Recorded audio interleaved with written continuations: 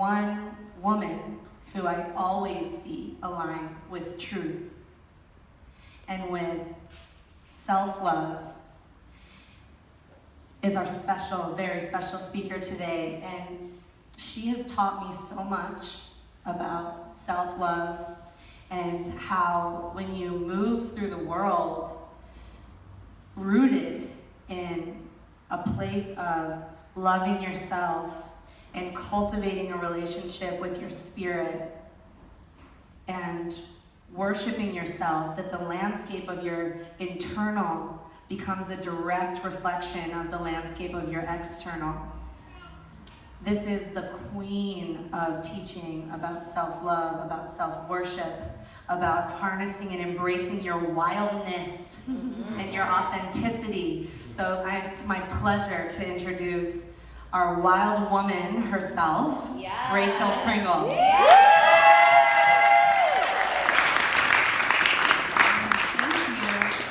Thank you. Megan, my angel, you've been such a crucial part in this expansion into my true self. I love what you said. It resonates so deeply. And thank you, Andrew and Alex and Michael. It's a pleasure to be here. I'm very nervous. I just wanted to say it out loud, so now it's out. So yeah, I'm gonna talk about finding our inner voice. And so a little journey to finding my inner voice. I think we're all born with this natural instinct, this innate wisdom. And I was a really joyful child. My mom said that all I did was smile and giggle and sleep.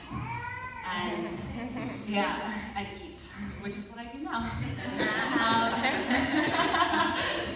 I was incredibly joyful, and I was so blessed to be born into an incredible family. My mother and my father are absolutely magnificent. Eclectic upbringing. My mom is Scottish, my dad is Jamaican. It was very different. I was encouraged to be free. You know, we had Playboy magazine everywhere. I was running around naked. No question was too difficult or unheard of. I remember asking my parents, maybe I was 12, it's like, what religion are we? And my mom was like, well, what do you want to be? You can be whatever you want. And I said, I'm going to be a Buddhist, which is funny to think about now because a lot of my beliefs are around that. But they gave me the freedom to be whatever I wanted. So it was a blessing and a curse because I entered the world like everyone is like this, and everyone is free to trust themselves. And my mother is a fashion designer, so I grew up around fashion. And at a very young age, I was hell-bent on becoming a model. I watched Style on CNN every Sunday, and I watched these beautiful women walk down the runway fully expressed. They were so just vibrant, and you could feel the energy, and I was like, I'm gonna be that. And then the older that I got, I was tall and I was slim, and so everyone around me emulated what I was thinking. You're gonna be a model, you're a model, you're a model. So at 15, I embarked on becoming a model. And yeah.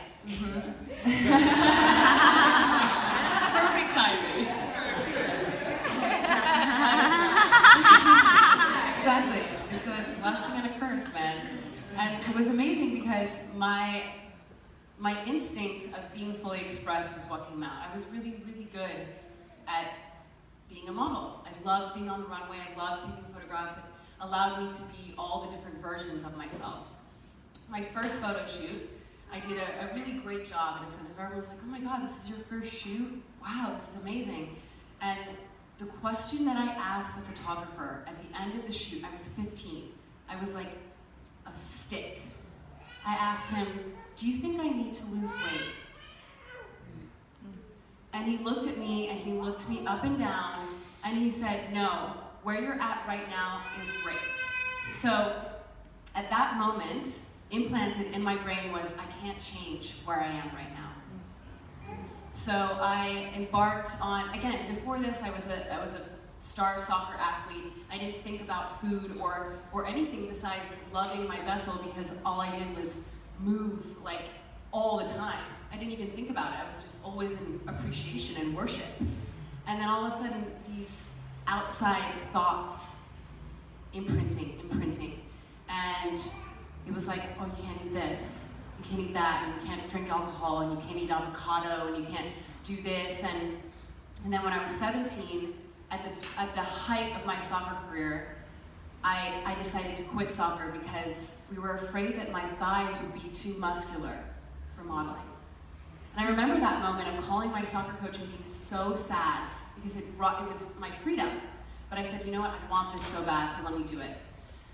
So my last year of high school, I was watching everything I ate, and then I went to Germany to model professionally. And it was great.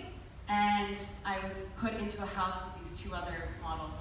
And one of them was using laxatives and drinking wine all day, and the other one could eat whatever she wanted. And it was so confusing.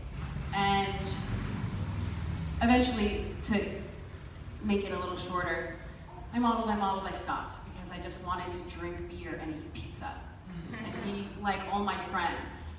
And then I moved to New York to go to school, and 2 years later, I got into fit modeling, which for most of you who don't know, it's like being a human mannequin. So basically, the designers fit the clothes on me. So I measured all the time. Sometimes I'd be measured in front of 30 people. So I lost this sense. I went to New York, I drank whatever I wanted, I was feeling great, thought I was the hottest shit in the world. And then I got into fit modeling, and I didn't have an eating disorder, but the psychological disorder I had was fucking up my life. Excuse my French. And every thought was consumed with how I wasn't good enough, how I needed to lose 1 inch in my thighs, then I would be perfect. And every moment was spent, I'm gonna make this beautiful salad, and then I'm gonna eat it, and every time I'm thinking about every bite, it was like toxic energy just pouring into me. I was judging every single thing that I ate and did, and also judging every single thing that people ate and did. Because why can she do it and I can't? On and on, these thoughts. And I was in emotional turmoil. And my coping mechanism was marijuana. I was a complete pothead. And mind you, in this state, I was still a blissful person, but I just wasn't hearing myself, you know? And eventually, my 2 agents convinced me to get liposuction. And it's amazing what our mind can do. Because I went through it to the point of putting all the money down. And I convinced my parents and everyone around me that I was gonna do this, and then I was gonna be the best fit model ever. Like, what the fuck does that mean? You know what I mean? So, a week before, one of my best friends called me up and said, what are you doing? You're letting someone tell you that you're not perfect just as you are. And bless her, because it clicked something. And I called the next day and I canceled it. And then a year later, I moved to California. And I said, I don't want to do this anymore. So I stopped everything, and my joy skyrocketed because I didn't think about what I was eating or how much exercise I was getting or what other people were doing. I just made a promise that when I moved here, I would solely listen to me. What I wanted to do, not what other people were telling me I needed to do. You need to go to this party to meet this person, or eat this, or try this diet. It's all external people, things, books, you know, media telling us that if you do this, then you're perfect. If you follow this regimen, then you're gonna feel good, happy. And my joy was like electrified. All of a sudden, these people started showing up in my life, my tribe. I started experiencing women who loved me as I was, supported me. No more of this competition, comparison, which I never understood because that's just not my nature. But in receiving it, your mind starts to get used to it.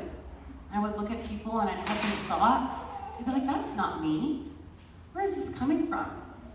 And so I started meditating, and I designed this self-love meditation that I've been doing for almost 2.5 years now.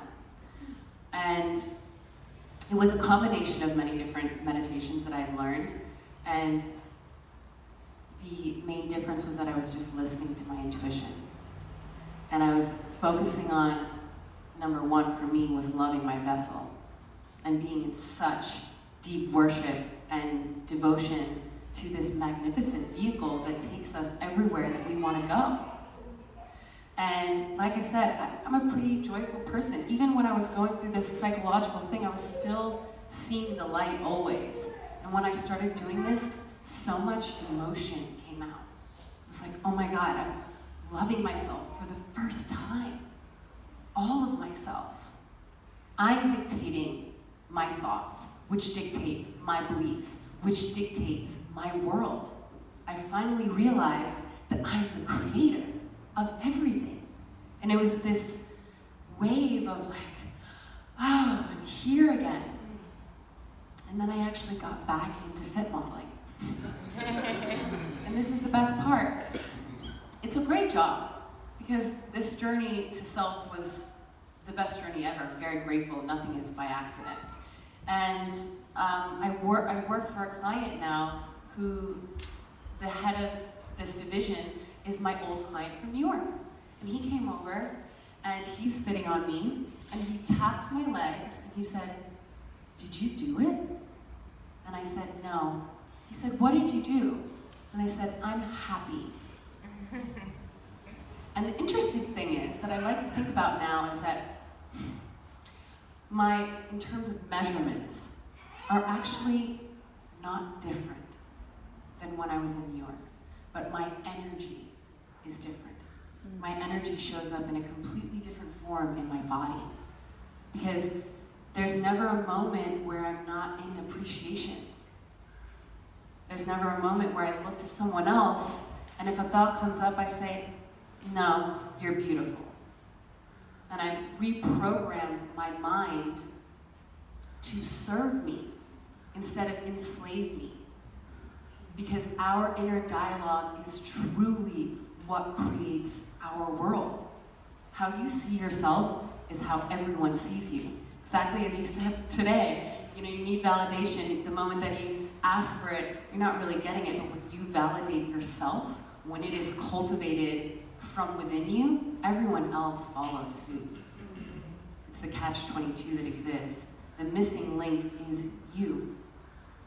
We're always waiting for someone else to show up so that we can then show up. Show up for yourself now. Be your biggest advocate. And that exists within us, innately, already. It's our intuition. It is always present. It is always there. It will never shame, blame, or guilt you. It will only love you. It will only support you. It will only guide you when you trust it. And this is like everything, a muscle. The more you tune in, the more clear he becomes. This morning on the way here, my Waze wasn't working and all this stuff, and I was like, I don't want to be late. And inside she was like, just go this way. Just trust. I got here like half an hour early. It's getting rid of the chatter and being able to hear the voice that you know is true. My favorite thing is like the shoulds. I should have done this. I should have gone to workout. I should have gone to that thing. I should have gone on that second date. The should is always the ego. It's like shoulding all over everything. It's like, you know what I mean? When making a choice, yeah, it's... Don't should on yourself. I know! It's like you really should not. And if you do, now you know that. Clean that up. Start again. Yes. It's really, it's finding that wildness within. And now on my journey with my partner Moon, we have created the Wild Woman Workshop, which is really bringing this movement back to women, but to all of us really, which is, this is what we're born with. It is wisdom. And all life, the universe, whatever you want to call it, God, Spirit, wants us to do is be. And to be, we must listen. So to be still with ourselves. And when that happens for the first few times, it can be a little scary because you're listening for the first time and there's all these voices like, whoa, dude. Be patient. Be compassionate. And be consistent with fine-tuning who you are. We're gonna change. That's the only thing that is true in this world for everyone. It's always gonna change. So to be in tune with ourselves is to know that we're always flowing. Stagnant energy, which is I've made this decision and this is what it is what kills us. Let us be one with nature. That is the simplest, most direct reflection of who we are. And the moment we think we're dead, the rain comes. Boom, we're alive again. So it's my greatest joy to find myself, because when I truly found myself, I found my brothers and sisters. And that's really the magic, because community is everything. When you can feel seen, when we can step into that place of not burning each other down, but instead lifting each other up, loving unconditionally, receiving each other, creating boundaries that are healthy, and coming back to the one constant thing, which is self-love, always. Thank you.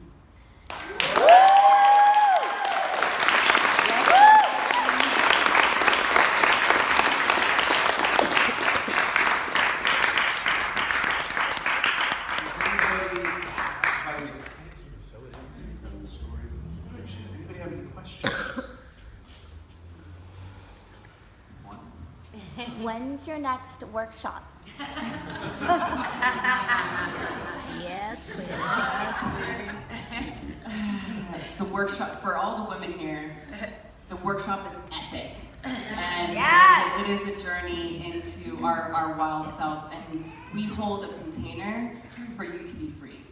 So I think that's what we're all doing for each other, which is magnificent. There's tentatively a March plan to hopefully do it at Full Circle if things go according to plan. So we'll see, and if not, if any of you guys are in New York, April 29th, and there'll be more, but the website will be live soon and all of the info will be there. And if you want to follow me at Positive Pringle on Instagram. Yeah. Well, that name was given to me. Positive Pringle.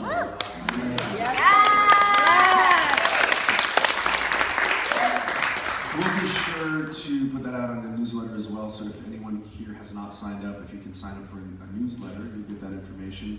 We'll get that locked in soon. Thank you so much for sharing today. Really appreciate it.